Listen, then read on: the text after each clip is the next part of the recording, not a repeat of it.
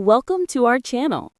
Today, we'll show you how to quickly fix a declined credit card authorization in Worldpay.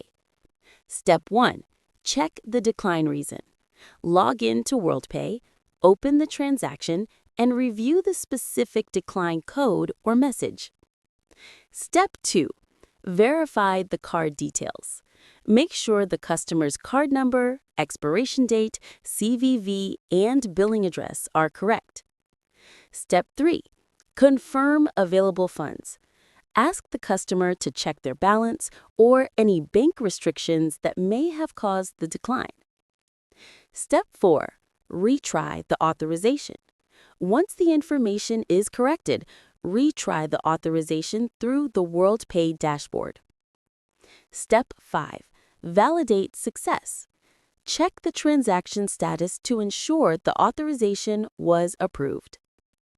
Don't forget to subscribe to our channel and like this video for more quick Worldpay tips.